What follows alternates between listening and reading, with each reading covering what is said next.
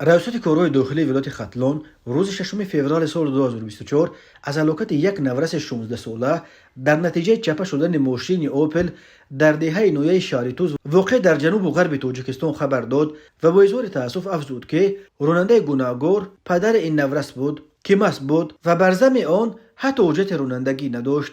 میلیسیا میگوید در حالت مستی اداره نمودن واسطه نقلیات پیامد فاجعه باری داشته. نه در همه حالت راننده سرخوش سالم به نظر میرسد. از یک جانب در حالت مستی اداره نمودن افت این تهدید به حیات خود باشد، از جانب دیگر به حیات و سلامتی دیگر اشتراکچیان حرکت راه خطر جدی تهدید میکند.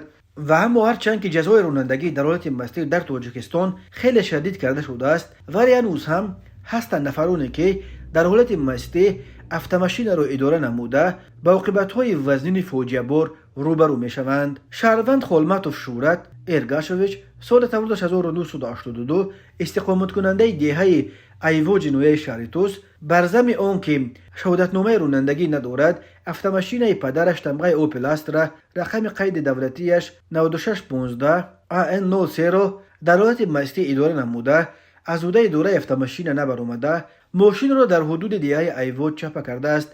در نتیجه پسر 16 سالش خواننده صنف نو بر اثر جراحات وزنی برداشتش در جای حادثه به هلاکت میرسد. عین حال راننده سرخوش خولماتوف شورت در حبس پیشکی قرار داشته نسبتش طبق طلبات ماده 212 کودکس جنایتی جمهوری تاجیکستان با اتهام ویران کردن قاعده های حرکت در راه و استفاده واسطه نقلیات که از طرف شخصی در حالت مستی قرار داشته یا شخصی که حقوق اداره کردن واسطه نقلیات را ندارد صادر کرده شده از بی احتیاطی باعث مرگ انسان گشته است. پرونده جنایی آغاز کرده شده است و تفتیشات ادامه دارد. خود شورت خولماتوف و نزدیکانش برای شرح قضیه دسترس نیستند. به او بر اساس قسم 4 ماده 212 همچون جزا از 5 تا 10 سال زندان تهدید میکند.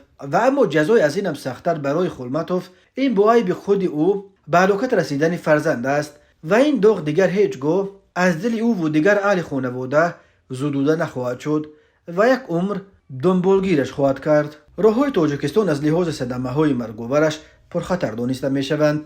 هر سال بر اثر صدمه‌ها در راههای تاجیکستان تا 400 نفر به هلاکت رسیده بیش از 1200 تن دیگر معیوب میشوند.